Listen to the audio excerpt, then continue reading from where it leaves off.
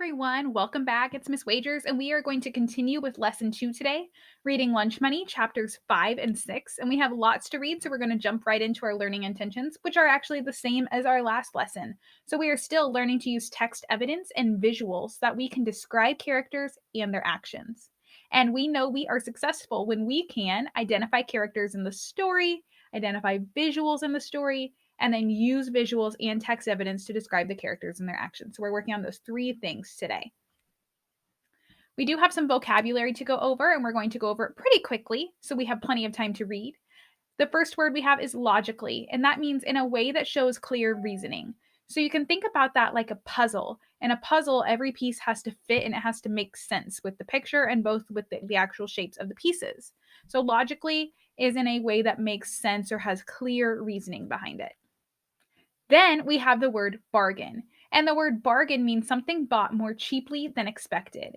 And another way you can think about this is as a sale. A sale, would be when you get something, for a less expensive price. So a bargain is a synonym for sale. I like to get a good bargain on some shoes. I love buying shoes. And then we have the word accusing. And accusing means a belief in someone's guilt. So I have the pointing fingers picture here because think about like if you're messing with your brother, your sister, or a friend at school and someone gets in trouble and you're like, no, they did it. It's their fault. So that is accusing, kind of when you're pointing the finger at someone else and blaming someone or believing someone's guilty. For your foundational skills, instead of having foundational skills, you're actually going to do vocab on Seesaw. And so I have the definitions of each of the words that we've talked about in today's lesson and the last lesson, and you are going to match the word to its definition. So we are going to get right into reading. We are starting with chapter 5, The Girl Across the Street. Greg Kenton had always lived on Maple Avenue. As a very young boy, Greg had sometimes noticed the girl across the street who helped her dad rake leaves, and sometimes he had seen her riding a tricycle around and around on her driveway. She looked like she was about his age, but she didn't go to his nursery school or his Sunday school, so Greg didn't know who she was, and he didn't care. Greg's world was small back then, and the little blonde girl wasn't part of it.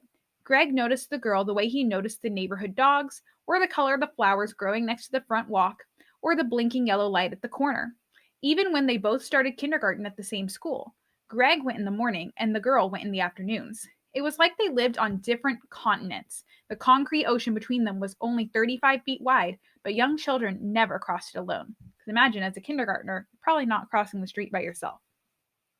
For his 5th birthday, Greg got a big wheel, all blue and red and yellow with fat black tires. The hard plastic wheels made a huge rumbling sound as loud as the trucks on Maple Avenue.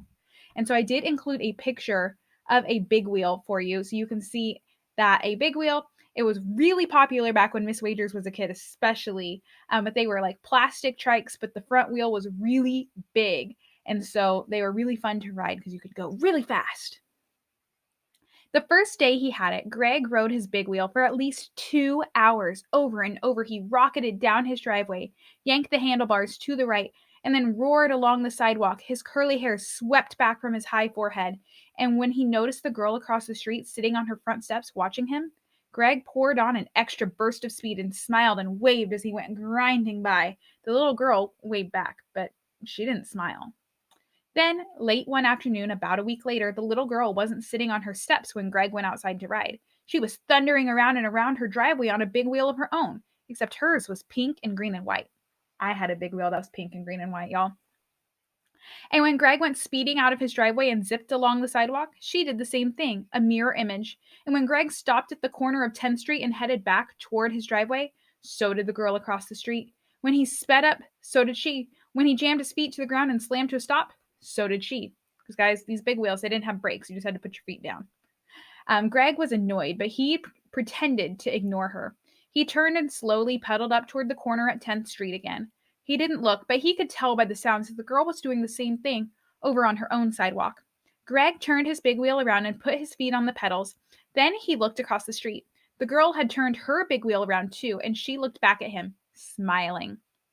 And when Greg nodded, they both took off. In seconds, Greg was zooming along at top speed, legs pumping, hands tight around the plastic grips. The sidewalk sloped slightly downhill, and as he neared his house, Greg started to ease up. He had never gone down the block past his driveway before, but he glanced over and could see that the girl wasn't slowing down, so Greg kept going, flying toward the corner where the tall blue mailbox stood. In the places where the tree roots had lifted the sidewalk, Greg bounced up off his seat, barely able to keep control. At this speed, if he tried to turn the corner at 9th Street, he'd flip over for sure. So, at the last possible second, Greg dug his sneakers into the sidewalk and skidded to a full stop, his front wheel inches from the curb. Looking quickly to the other side of Maple Avenue, Greg saw that the girl was stopped too, and also at the edge of the curb, and she was smiling. Greg shouted across the street, "It's a tie!" And the girl shook her head and shouted back, "Almost a tie." Greg frowned. "Want to race again?" "Maybe tomorrow." "Because you're scared," Greg shouted. The girl didn't answer him. She just kept smiling, turned her big wheel around, and started pedaling slowly up the street toward her driveway. That was the first of many big wheel races, with each of them ending in a tie, or almost a tie.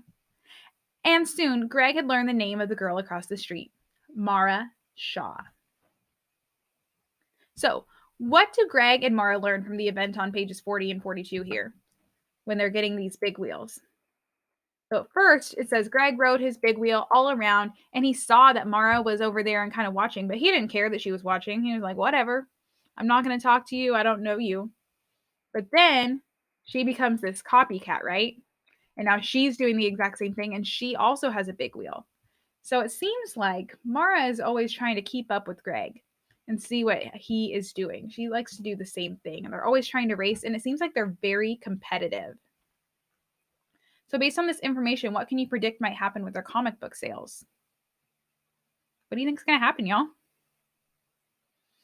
They're probably going to be very competitive again and try and outdo each other, right? And say one is always trying to be better than the others, and it seems like Mara is always copying Greg's ideas. So let's keep reading. Chapter 6, Sour Business. Sometimes a disagreement between two kids stays that way, just between the kids themselves. But the clash between Greg and Mara had always been right out in the open, and it had deep historical roots. Their wrangling had been noticed by their parents, by their neighbors, by all their friends, and especially by every teacher who ever had them in the same classroom. Greg and Mara squabble like cats and dogs all day long, always trying to outdo each other. My classroom's not big enough with those two around. That's how their first grade teacher, Mrs. Gibson, had described the situation. Mara and Greg are so headstrong. They have a definite personality conflict. That's what their fourth grade teacher, Mrs. Haversock, had said about that. They're like positive and negative numbers, always trying to cancel each other out. That's how Mr. Xenotopoulos tried to explain it. Now that Greg and Mara were both in 6th grade, he was their math teacher. And as Greg himself stood there outside the music room on Thursday afternoon, holding an eensy-beensy book, his long, thin face drawn into a fierce scowl, how did he describe his problem with Mara? "I hate her guts!" Strong words. It was an expression Greg had picked up from watching old gangster movies, and it was also a stupid expression. Because if Mara Shaw's guts had come walking down the hall, Greg wouldn't have recognized them. The truth is, all guts are pretty much alike. Greg was not thinking logically, so he wasn't thinking in a way that makes sense at that moment. And saying that he hated Mara's guts did not feel like too strong a statement. If anything, it wasn't strong enough, because as far as Greg was concerned, Mara was no better than a common thief. She had always been a copycat, which would have been bad enough. But Greg couldn't stand it when she tried to weasel in on his money-making ideas. Mara had been a bother for years, and now this. Ugh. Greg stuffed Mara's book into his pocket just as the bell rang. He ducked into the music room and sat down. Mrs. Chalmers immediately began playing scales on the piano, and the class began singing warm-up exercises. Greg had his mouth open, and his voice went, "Oh-wee-oh-wee-oh-wee-oh-wee-oh," along with the others. But Greg's mind was elsewhere. He had big plans for Chunky Comics, huge plans, and Mara was going to try and sell her stupid eensy-beensy books at school and try and steal his customers. Mara was going to eat into his profits, maybe even mess up everything. Something had to change. Mara, to be exact, and she had to change right away, like today.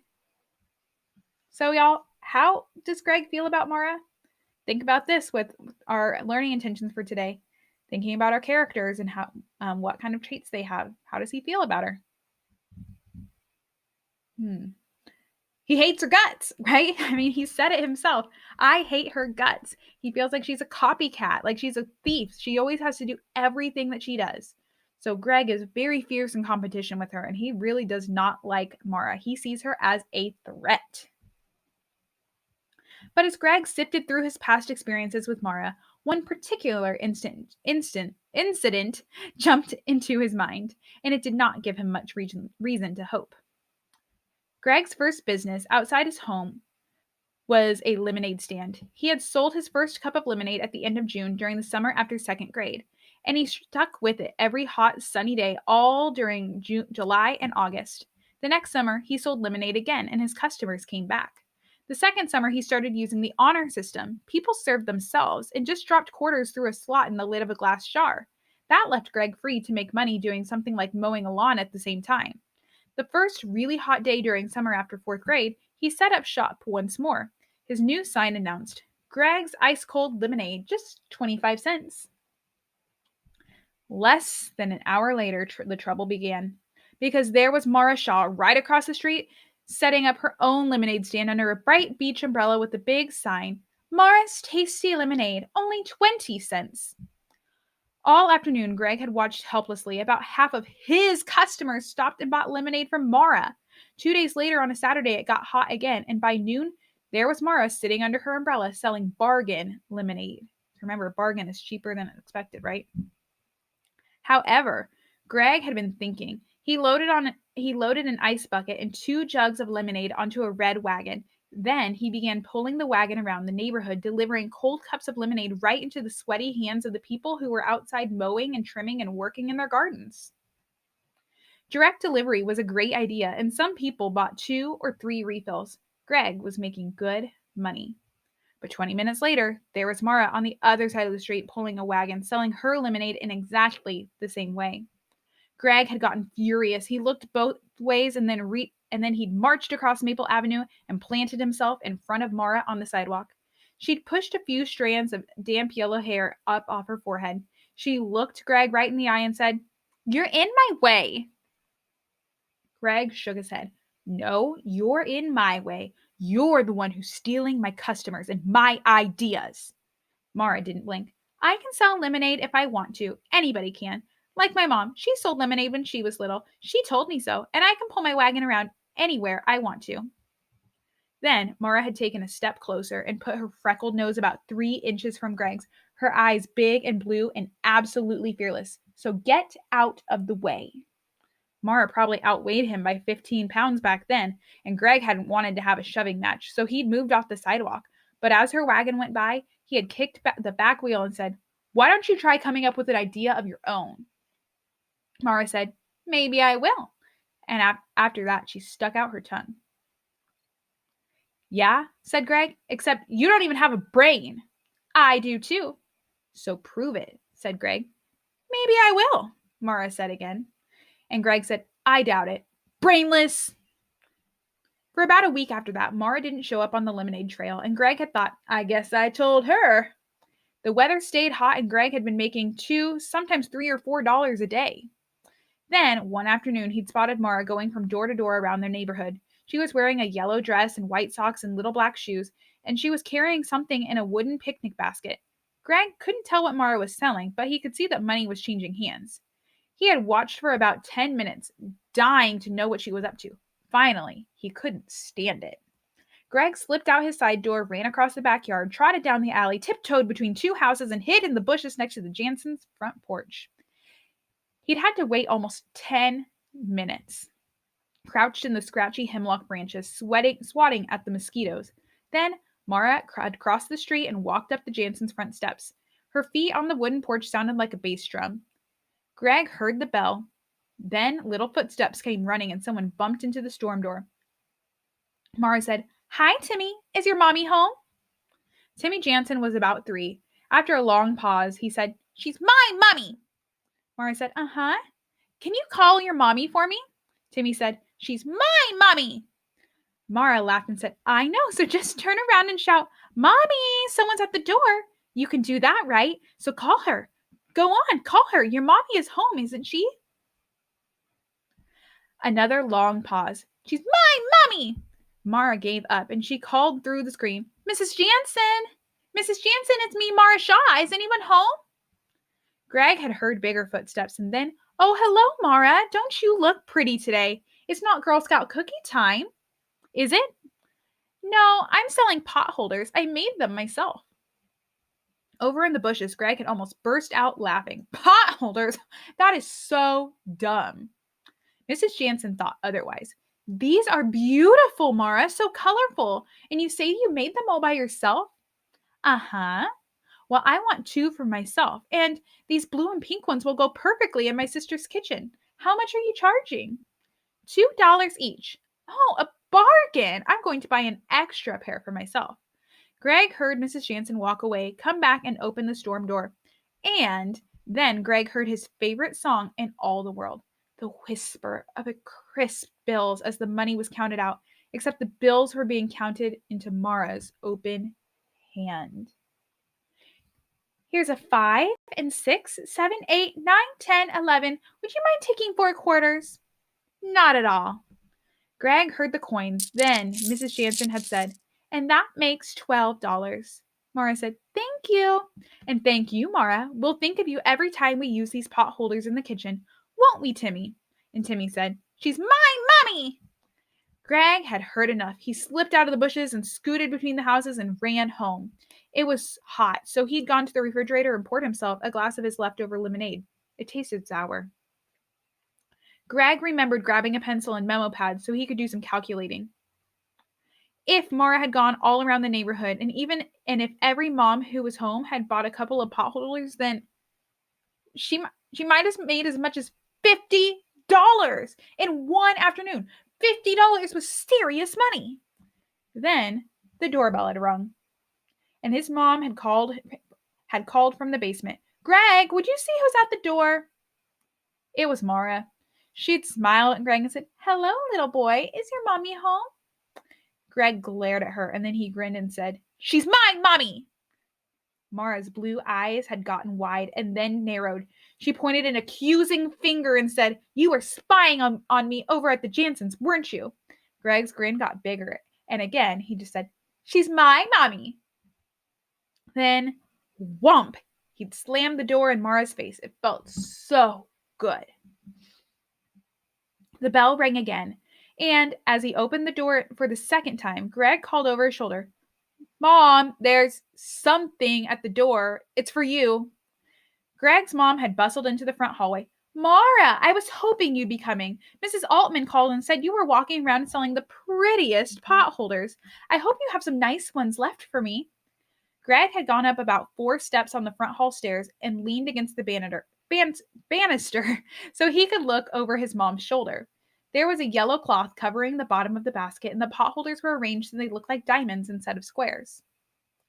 These are lovely, Mara. How much do they cost?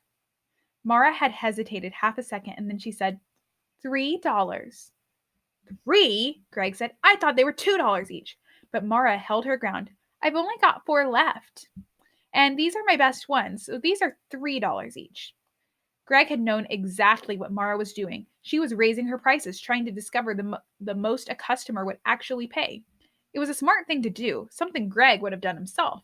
And sure enough, his mom had said, only $3 for a beautiful handmade pot holder? I'll take all 4 of them. And she'd gone to get her purse. Mara had known she just won a battle. She looked up at Greg, gave him a big smile, and said, still think I don't have a brain? I just made $12. Another $12 right here at your house. Say, I'm thirsty. She pulled a quarter from her pocket out of her dress and held it out to him. Could you get me a cup of lemonade? Greg curled his lip and said, I wouldn't give you, but his mom came back. He hadn't finished that sentence. He turned around, stomped up the stairs and down the hall to his bedroom, and slammed the door. Sitting there in the music room, more than a year after the lemonade battles, Greg still remembered clearly what happened next. He had walked over to his bedroom window and watched Mara walk across Maple Avenue to her front door, swinging her empty picnic basket as she pushed another $12 into her dress pocket. And he remembered thinking that making those pot holders and selling them to moms had been a smart idea, and getting dressed up and putting in that nice cloth in the bottom of the basket, also smart. And Greg remembered that he'd had to admit that the girl he had called brainless was actually a good thinker. Mara did have a brain, and not backing down when he had caught her charging $3 per potholder instead of 2, that had taken guts. And remembering that Mara had guts reminded Greg of how much he hated them. Mara was a tough competitor, and in another 35 minutes, he'd see her because they were both in level 4 math. It was time for a showdown. All right, guys, so that is the end of our chapter. So thinking about characters, in this lesson, we're going to learn how readers can use details and events to describe and analyze characters.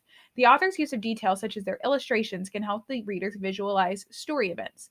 Also, the introduction of new characters and their interactions with the main character can advance the plot and reveal character traits. So Mara was a new character that we've been learning about in these last few chapters.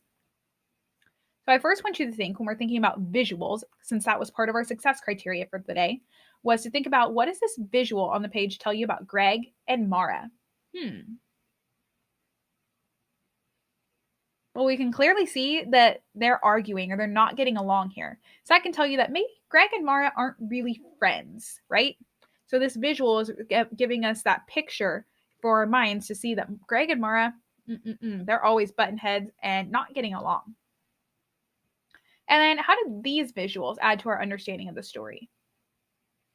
Let's see, we have both of their ice cold lemonade, their lemonade banners or signs.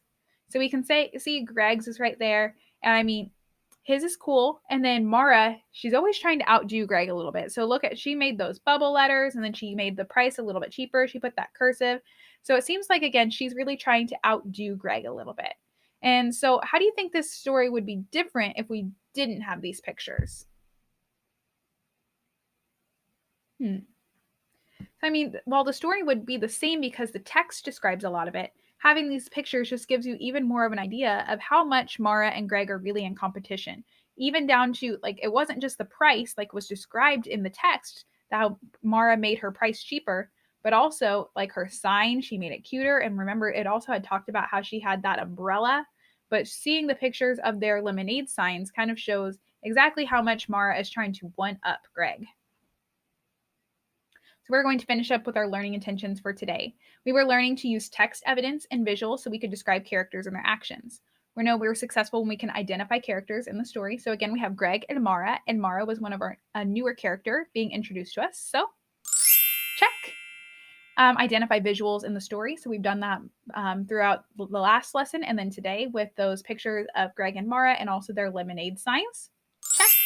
And then using the visuals and text evidence to describe characters and their actions. So we can really see through the pictures, especially of the lemonade signs and them going head to head, how Greg and Mara are really like in competition with one another. They don't really like each other.